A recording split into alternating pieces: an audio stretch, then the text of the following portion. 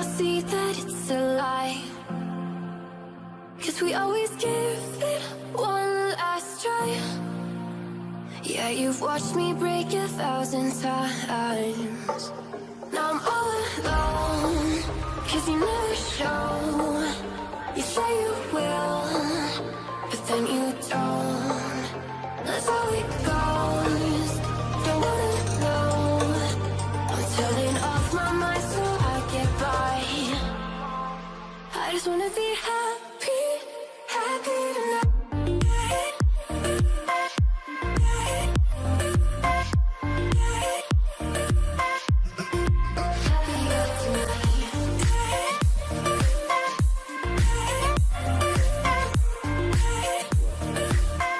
Selamat pagi semua, ya kembali lagi bersama kita di konten VOK Voice of Kalijudan. Kali ini kita berada di tempat yang spesial nih teman-teman ya. Jadi kita di tempat pembuatan kasula dan baju-baju para imam ya. Di sini kita ada ownernya ya kan. Kita langsung saja perkenalan sama beliau ya, langsung saja. Selamat pagi. Nama saya Yulia. Ya. Dari paroki? Dari Paroki Kristus Raja. Ya. Oke. Ibu Yulia dari Paroki Kristus Raja. Oke. Langsung saja Bu ya, kita masuk ke pertanyaan pertama ya. Kira-kira bagaimana Ibu itu memulai bisnis ini? Kok bisa terpikir begitu? Awalnya saya ini katekumen. Waktu saya katekumen, saya ikut misa itu, saya lihat kasula romo-romo itu kok seperti itu gitu loh. Lah saya sendiri, saya ini dari dulu dari remaja itu adalah penjahit. Bisa bordir, bisa jahit. Lalu saya tanya pada salah satu romo yang mengajar saya agama, siapa yang buat kasula itu? Ternyata dia bilang katanya suster. Apa boleh saya bikin? Ya ibu coba aja. Lalu saya coba, tapi hasilnya cukup lumayan lah. Jadi lebih bagus dari apa yang ada di paroki waktu itu. Terus kemudian berjalannya waktu ada tapisan uskup. Monsinyur Hadi Wikarto, saya dimintai sponsor untuk bikin selempangnya para kor. Lalu saya desainkan selempang itu warna merah, saya bordir warna gold. Dipakai oleh 600 kor waktu itu. Ternyata Bapak Uskup waktu melihat kor itu kok bagus. Bajunya putih, celananya hitam, selempangnya merah. Lalu Bapak Uskup tanya dengan Romo Agus waktu itu. Siapa yang buat selempang?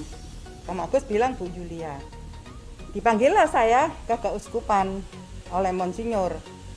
Ya ditanya kok bisa bagus gitu ya, saya cerita bahwa saya adalah penjahit ya, saya suka dengan desain-desain ini dan saya juga mencoba untuk bikin kasula, saya bilang gitu, untuk paroki saya sendiri. Rupanya Monsinyur tertarik pada saya, dia tertarik pada saya.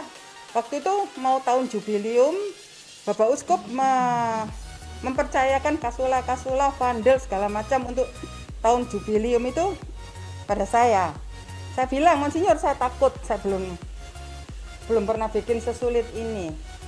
Tapi Monsinyur itu baik sekali, dia menyemangati saya untuk saya berhasil membuat itu.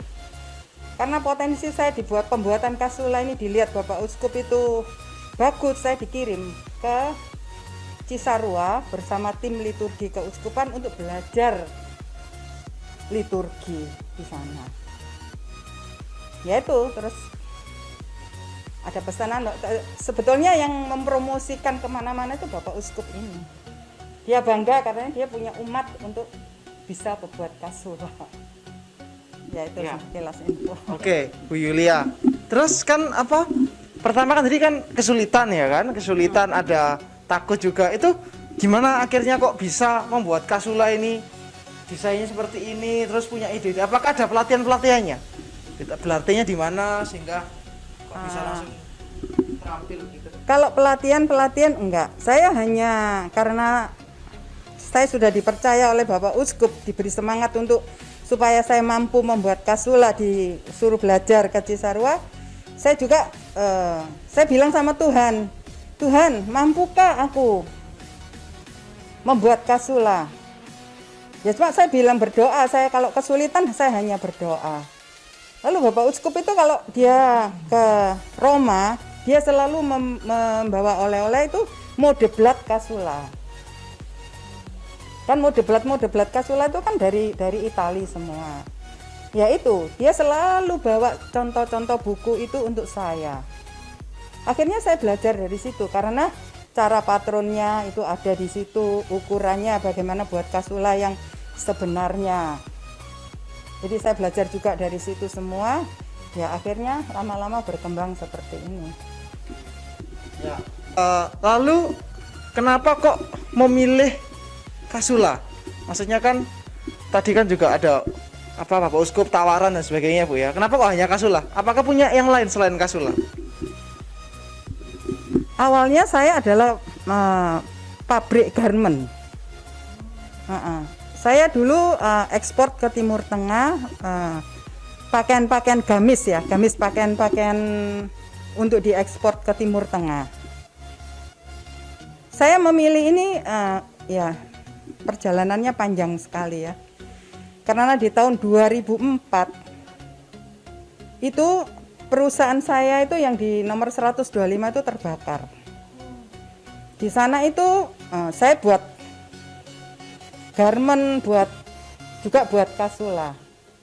Ya, lalu waktu kebakar, ya sudah. Yang ekspor itu sudah tidak jalan lagi, tidak bisa lagi.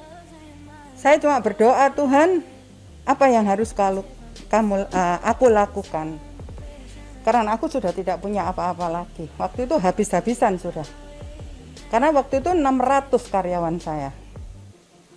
Dan anak-anak sekarang ini tinggallah yang mereka masih setia dengan saya. Lalu saya arahkan untuk membuatnya. Kiranya Tuhan ya memberi jawaban, saya harus bikin ini. Order itu luar biasa dari gereja-gereja itu. Jadi ya saya berpikir ini adalah Tuhan yang memberi saya pekerjaan ini dan saya harus lakukan. Dan saya merasa bahwa pekerjaan saya bisa seperti ini adalah ini karya Allah.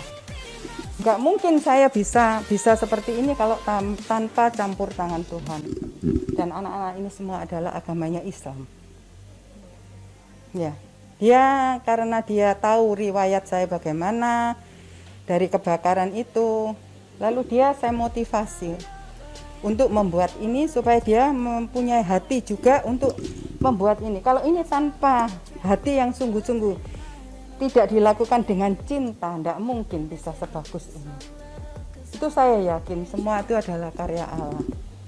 Ya memang kehendak saya ya mungkin macam-macam ya, tapi Tuhan menunjukkan saya harus bekerja ini, ya sudah saya lakukan. Baik, ya, oke. Lalu kan dari keterpurukan tadi, kebakaran, lalu bisa maju lagi dekat karyawan-karyawan teman-teman Ibu Yuli ini. Lalu bagaimana kok bisa bertemu dengan bapak-bapak, ibu-ibu ini, kok bisa langsung mencarinya gimana Bu? Apakah dulu prosesnya?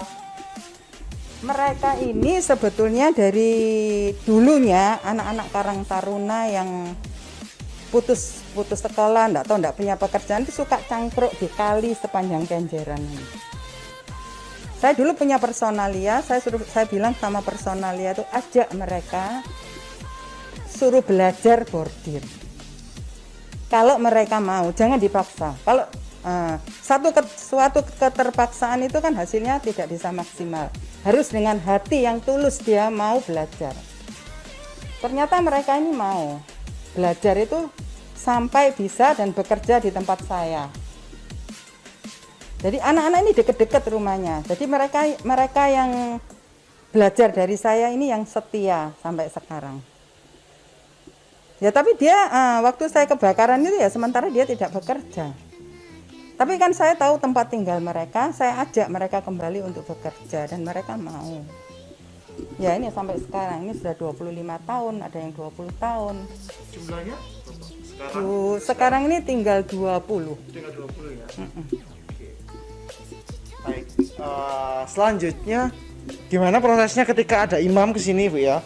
Gitu untuk memesan ini bagaimana? Apakah di sini terus mengukur atau gimana sehingga dia bisa jadi begini? Prosesnya. Kalau kasula itu nggak usah diukur karena Oh, ada ukuran sendiri. saya tahu umpama Romo itu 170. Oh, Romo harus pakai ini. Ukuran M, oh Romo harus pakai ini. Kalau ke sini para imam itu pesan harus datang ini karena dia harus buat jubah. Jubah putih ya, jubah putih itu harus pas badan. Harus tahu ukuran badan. Tanpa ukuran badan jubah itu tidak bisa dipakai dengan sempurna. Kalau kasula biasanya hanya telepon, hanya WA. Tapi kalau dia membuat jubah itu dia harus datang untuk diukur. Hem kolar itu harus datang untuk diukur. Itu aja. Berarti sudah ribuan romo ya ke sini Bu ya. Maksudnya sudah banyak sekali yang mengunjungi rumah ini Bu ya untuk mengukur alfa ya. Oke. Lalu berapa lama kira-kira membuat satu kasula begini itu berapa lama Bu? Rata-rata? Itu tergantung desainnya ya. Desainnya kalau sulit seperti merah itu kan cukup sulit. Desainnya ini juga cukup sulit, apalagi Bunda Maria ini. Kalau ini sampel gini ya 3 hari selesai. Dari motong sampai jahit sampai finishing ini cukup 3 hari. Ini cukup 3 hari. Tapi kalau yang sana, yang ini sampai 1 minggu. Dari gambar pindah ke kain, bordir, motong, finishing. Tadi kan Anda lihat sendiri di belakang bagaimana caranya. Oke. Kan di Keuskupan ini hanya Bu Yulia ya kira-kira ya? Atau mungkin ada lagi yang lainnya? Di Keuskupan ini awalnya hanya saya aja. Oh iya. Awal mulanya. Tapi sekarang ada yang bikin ada juga. Tapi kita punya desain masing-masing punya khas sendiri-sendiri. Lalu apa Bu kesulitannya dari dulu kan buat garmen dan sebagainya sama kesulitannya ini bedanya sulit mana kira-kira Bu? Apa aja kesulitannya saat membuat ini begitu? Kalau menurut saya juga kesulitan itu tidak terlalu menyulitkan ya karena kasula ini adalah desainnya ini sebetulnya sama banyak yang sama. Tapi yang menyulitkan saya ini kalau romonya itu punya permintaan yang sebetulnya itu tidak nalar untuk bisa dikerjakan dengan bordir. Tapi saya hanya bilang kalau romo tabisan itu kan punya moto tabisan. Dan romo itu sering moto tabisan itu dituangkan dalam kasula ini gambarnya. Ya itu kan kadang-kadang saya juga enggak terpikir gitu loh. Tapi saya mencoba untuk merenung, saya berdoa, Tuhan, bagaimana ya Tuhan ya, aku bisa melayani imam baru ini dengan baik. Saya ini ingin melayani dengan cinta, pasti Tuhan akan memberi saya jalan. Nanti akhirnya dalam merenung, dalam berdoa itu bisa, inspirasi itu keluar untuk mendesain itu. Ya kesulitannya itu di situ. Oke, jadi kadang-kadang para imam ini mintanya aneh-aneh Bu ya, karena tersesuai dengan mutu tabisan ya. Oke, lalu berarti tadi yang membuat semangat itu pengalaman iman bersama Bapak Uskup Hadiwikarta gitu ya, yang mengawali ini perjalanan imannya itu ya, juga pengalaman kebakaran itu kemudian juga menyemangati kembali untuk bangun lagi ya, membuat kasula ya. Oke, lalu sampai sekarang kira-kira ada berapa orderan itu? Biasanya di mana saja? Apakah di Jawa Timur toh? Apakah sudah di seluruh Indonesia? Sudah di seluruh Indonesia. Dan di Australia itu sering juga pesan. Di Singapura juga pesan. Ini juga dibawa oleh romo-romo yang bertugas di Meksiko. Romo-romo SWD itu kan misionaris. Ada yang ke Madagaskar. Itu ada, ke Afrika juga ada. Tapi bukan saya langsung ke sana, tapi kan romo-romo itu yang membawa karena mereka bertugas di sana. Kalau dia pulang ke Indonesia, dia pasti bawa kasula saya itu dibawa kembali ke di mana mereka bertugas. Baik, Lalu terakhir Bu, kira-kira pesan apa yang ingin Ibu sampaikan kepada teman-teman pemirsa ya, teman-teman dari WM Widya Mandala, khususnya prodi bahasa Inggris gitu, yang masih muda, yang punya keinginan, yang punya minat sama menjahit ya, bisa belajar ke Bu Yulia ya. Yang laki-laki lihat ini jadi Romo juga bisa ya kan? Ya Bu ya, kira-kira apa pesan teman-teman Widya Mandala ini, yang masih muda, yang masih kuliah, kayak yang mau lulus mungkin gitu Bu? Ya, kalau memang kalian punya cita-cita atau punya semangat, itu harus harus ditekuni, dan semangat itu harus tetap dinyalakan untuk bisa menjadi kenyataan seperti itu Kak. Seperti saya ini kan juga dulunya kan ya hanya coba-coba ya, tapi karena dorongan dari Bapak Uskup, dari para imam, terutama dari para imam juga yang menyemangati saya. Lalu jangan lupa juga kita berdoa ya, untuk minta sama Tuhan kekuatan, semangat lebih untuk bisa apa yang kita cita-citakan ini bisa berhasil. Ya, mengandalkan Tuhan lah. Oke. Ya. Oke, itu Bu ada satu tambahan lagi mungkin ya dari teman-teman pemirsa ya. Ada pertanyaan bagaimana, oh iya ini Bu ya, ini bagaimana dengan kelanjutannya, apakah kemudian punya rencana, oh ini mau dibesarkan di tempat lain begitu, jadi sehingga karyawannya nambah lagi. Mungkin teman-teman yang ada di belakang kamera bisa melamar pekerjaan, mungkin Serhadi juga bisa melamar pekerjaan ya kan, siapa tahu Bu ya, saya mungkin selalu juga bisa melamar sehingga mungkin saya bisa terpanggil lagi ya, ya. Gitu. Apa rencana ke depan untuk usaha Bu Yulia ini? Ya karena usia saya sudah 71 tahun ya, saya hanya mewariskan, saya mengajari menantu saya itu untuk bisa terlibat di sini. Ya kalau mungkin untuk memajukan ini saya rasa enggak ya, karena ini bukan semata untuk mencari keuntungan, bukan semata untuk memperkaya diri, untuk mencari nafkah, tidak. Saya membuat ini berdasarkan cinta saya kepada Tuhan. Jadi saya ingin melayani Tuhan dengan talenta yang Tuhan berikan kepada saya. Ya, kalau Tuhan tidak memberi talenta kepada saya seperti ini, saya tidak akan bisa membuat ini.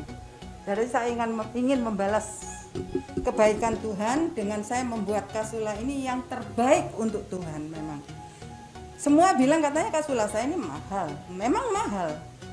Kalau dibandingkan dengan luar jauh, di luar satu punya saya bisa 6. Tapi dibandingkan dengan yang di Klaten, di mana itu memang punya saya ini cukup mahal.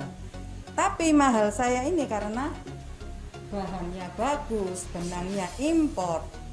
Pokoknya semuanya bagus, karena moto saya untuk membuat ini adalah ingin mempersembahkan yang terbaik untuk Tuhan. Karena Kasula ini adalah untuk menghadirkan Tuhan saat Ekaristi. Iya kan? Kalau masa mau menghadirkan Tuhan saat Ekaristi Kasulanya jelek. Kita kalau ke gereja pakaiannya keren. Hanya itu aja. Saya hanya ingin mempersembahkan yang terbaik untuk Tuhan lewat karya saya ini. Baik, wah mulia sekali teman-teman ya. Jadi tidak semata-mata untuk bisnis, cari uang, tapi persembahan untuk Tuhan. Oke, Bu, kalau begitu kita boleh lihat-lihat ya, teman-teman mau lihat prosesnya gimana dari awal nanti sampai jadi sebuah kasula ya. Kita akan lihat dari awal, nanti Bu Yulia akan memandu kita ya teman-teman ya. Oke, so don't go anywhere, stay with us.